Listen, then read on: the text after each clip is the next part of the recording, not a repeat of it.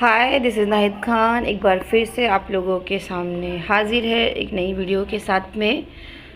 जैसे कि मैंने प्रॉमिस किया था कि हम इसी तरीके से हमारा जो ऑब्जेक्टिव्स का जो सिलसिला है वो कंप्लीट करते रहेंगे। तो here I go.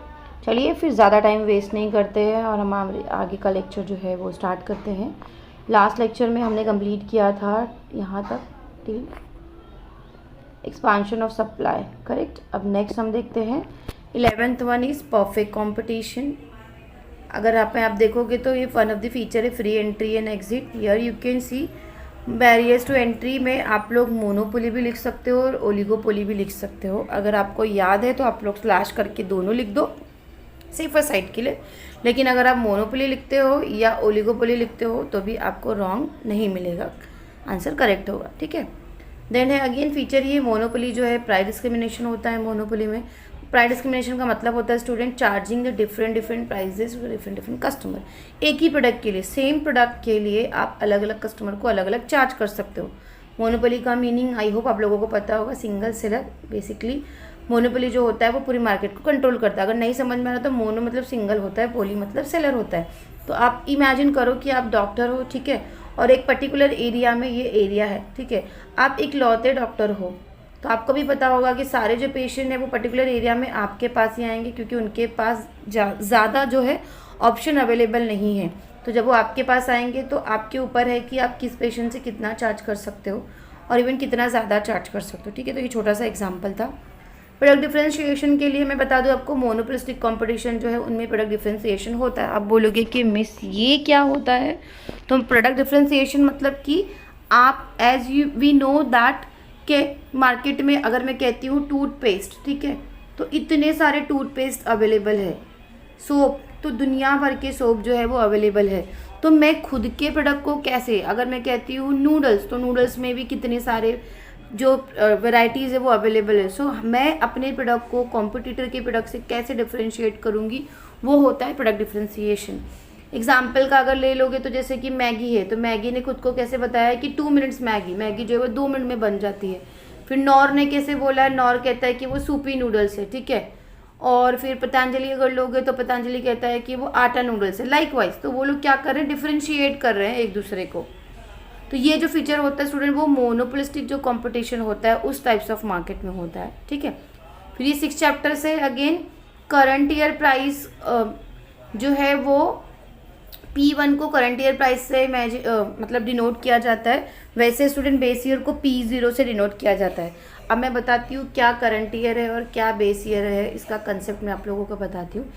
Price index अगर जिन लोगों ने चैप्टर किया होगा तो उन्हें समझ में आ गया होगा कि प्राइस इंडेक्स क्यों कंसिडर किया जाता है, मतलब प्राइस इंडेक्स क्यों कंस्ट्रक्ट किया जाता है। अगर सपोज मुझे एग्जाम्पल ले लेते, suppose let's take the example of onion. अगर मैं देखती हूँ, मैं सारा डिटेल मैंने सिर्फ समझाने के लिए, ये कंसेप्ट को समझाने के लिए बता रही हूँ, वैसे तो ये बहुत ज़्यादा बड़ा है।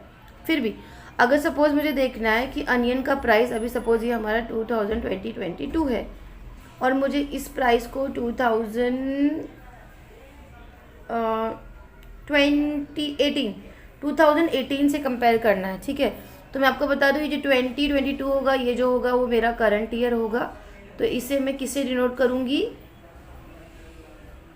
P1 से, ठीक है। और जो मेरा जिस ईयर से, the year from which I am going to compare this current year, तो that will be my base year. और जो बेस ईयर होता है स्टूडेंट वो हमेशा P0 से डिनोट होता है, वो O नहीं है, 0 है, ठीक है। तो फिर से याद रखो करंट ईयर किससे डिनोट करते हैं हम, P1 से, as it is written over year. और जो बेस ईयर होता है वो किससे हम लोग कंपेयर करते हैं, डिनोट करते हैं, सॉरी, P0 से, ठीक है। नेक्स्ट देखो मैंने नाम लिया था, अजीब प्राणी है ये लोग। ये पास्टे जो है, इन्होंने पास्टेज का जो इंडेक्स नंबर है वो करंट ईयर क्वांटिटीज़ को कंसिडर करता है। वहीं मैं आपको बता दूं जो लास्ट पेयर्स है वो जो होते हैं वो बेस ईयर की क्वांटिटीज़ को कंसिडर करते हैं। जिन लोगों ने फॉर्मूला किया होगा उनको समझ में आ गया होगा कि मैं क्या कहने की कोशिश कर रही हूँ, ठीक है।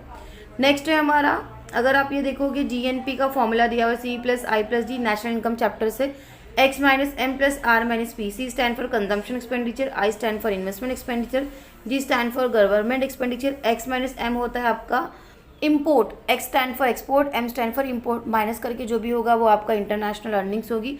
R stand for receipt and P stand for payment. तो ये सब ऐड लिस्ट करने के बाद में जो मिलता है हमें GNP मिलता है। सिमिलरली सिर्फ और सिर्फ C+I+D+X-M, मतलब कि मैं यहाँ पर नहीं आ रही हूँ, ये पार्ट मैं अगर इग्नोर करती हूँ so that is my GDP, gross domestic product, क्योंकि जब मैं यहाँ पे बात करती हूँ तो वो फिर इंटरनेशनल लेवल पे हो जाता है, नेशनल लेवल पे सॉरी।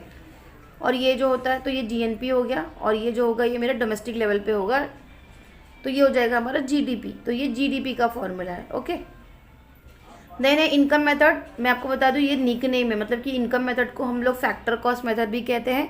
वैसे ही बेटा आउटपुट मेथड के भी दो नाम दिए गए हैं, निक नेम से याद रखो, product method and inventory method. दोनों में से कोई भी एक लिखोगे तो चलेगा, और दोनों लिखोगे तो भागेगा, दौड़ेगा।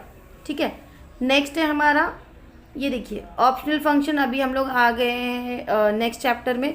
प्रोविजन फॉर सोशल सिक्योरिटी जो है वो गवर्नमेंट की ऑप्शनल फंक्शन है, लेकिन जो प्रोटेक्शन फ्रॉम एक्सटर्नल अटैक है वो गवर्नमेंट की ऑब्लिगेटरी फंक्शन है। मतलब कि ये जो आप लोग देखते हो कि सीमा पे जो बेचारे जो हमारे जवान हैं जो हर दिन शहीद होते हैं, इतने सारे लोग जो वहाँ पर होते हैं, वो क्यों होते हैं? Because that is the obligatory function of the government to protect the citizens. उसके जो सिटीजन्स है, उसकी कंट्री है, उसको बाहर जो एक्सटर्नल अटैक्स होंगे उनसे प्रोटेक्ट करना, वो गवर्नमेंट की ऑब्लिगेटरी फंक्शन में आता है। नेक्स्ट है हमारा इनकम टैक्स। हमने पहले डिस्कस किया था, डायरेक्ट टैक्स है, GST क्या हो जाएगा हमारा, इनडायरेक्ट टैक्स हो जाएगा। Again credit control, central bank होता है, सेंट्रल बैंक जो होता है वो क्रेडिट को कंट्रोल करता है। सिमिलरली स्टूडेंट जो कमर्शियल बैंक होता है वो क्रेडिट क्रिएट करता है, क्रेडिट क्रिएशन। ये कंसेप्ट बहुत बड़ा है, मैं अभी यहाँ पे एक्सप्लेन नहीं करूँगी, बट आप लोग सिर्फ इतना याद रखना, कंट्रोल कौन करता है? Central bank, which is the apex body, confuse मत होना। और क्रिएट कौन करता है? Commercial bank. एंड नेक्स्ट है हमारा प्राइमरी मार्केट। ये जो न्यू इशू, जो शेयर्स जो फर्स्ट टाइम इशू होते हैं वो प्राइमरी मार्केट में होते हैं, और ऑलरेडी जो इशूड शेयर होते हैं, देखो old issue through stock exchange, वो होता है हमारा सेकेंडरी मार्केट में होता है। ठीक है, प्राइमरी मार्केट में न्यू इशू होता है, और सेकेंडरी मार्केट कहाँ पे होता है हमारा, जो ओल्ड इशूज़ होते हैं वो सेकेंडरी मार्केट में होता है। मतलब ऑलरेडी जो शेयर्स इशूड हो गए हैं उनकी ट्रेडिंग, इन शॉर्ट ट्रेडिंग जो होती है take place at secondary market. ठीक है, और प्राइमरी मार्केट में सिर्फ न्यू इशू होता है। एंड हमारा सेकेंड लास्ट है goods purchase from other countries. अगर हम करते हैं परचेज तो वो इम्पोर्ट होगा, गुड्स सोल्ड करते हैं अगर तो फिर वो हमारा एक्सपोर्ट हो जाएगा। सिर्फ परचेज की जगह पे इम्पोर्ट लिखा है जब ये इंटरनेशनल लेवल पे होगा, और एक्सपोर्ट की जगह पे हमें सेल लिखना होता है जब ये नेशनल लेवल पे होगा। ठीक है, अगेन ये भी हमने किया था कि देखो जब हमारी एक्सपोर्ट वैल्यू ग्रेटर देन होगी इम्पोर्ट से तो ट्रेड सरप्लस होगा। सिमिलरली अगर इम्पोर्ट वैल्यू हमारी ग्रेटर देन होगी एक्सपोर्ट से तो वो क्या हो जाएगा हमारा ट्रेड डेफिसिट। सो आप लोगों को दिख रहा होगा कि अगर आप पहले के टाइप्स भी अगर पढ़ते हो तो दीज आर दी कनेक्टेड। तो once you are clear with your concept student, so आपके आंसर्स करेक्ट होंगे। और पता है मैं ये वीडियो क्यों बना रही हूँ और आप लोगों को ये क्यों करना चाहिए, जो भी क्वेश्चन बैंक है, नॉट ओनली क्वेश्चन बैंक, आप टेक्स्ट बुक के भी ऑब्जेक्टिव्स करो, क्योंकि आपके जो ऑब्जेक्टिव्स होते हैं वो एग्जाम में 20 मार्क्स के लिए आते हैं। तो अगर आपके ऑब्जेक्टिव्स में आउट ऑफ मार्क्स आ जाते हैं 20, तो जस्ट इमेजिन आप अच्छा स्कोर कर सकते हो। ठीक है, सो आई होप कि आप लोग मोटिवेशन के साथ पढ़ोगे, और भले ही बहुत सारी प्रॉब्लम थी लेकिन इस टाइम आपको क्वेश्चन बैंक मिला है, आपको हाफ एन आवर 30 मिनट्स जो है एग्ज़ाम में एक्स्ट्रा मिला है, और आपका होम सेंटर है। सो होप आप लोग ये सब चीज़ों का एडवांटेज उठाओगे और अच्छे मार्क्स स्कोर करोगे। Thank you so much.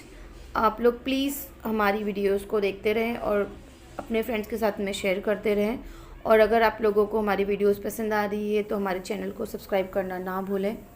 और अगर अभी तक आप लोगों ने बेल आइकन को हिट नहीं किया तो please hit the bell icon. Why? Because every time I am uploading the video, so you will be getting the notification. Thank you so much. Thanks for watching the video, student. Thank you.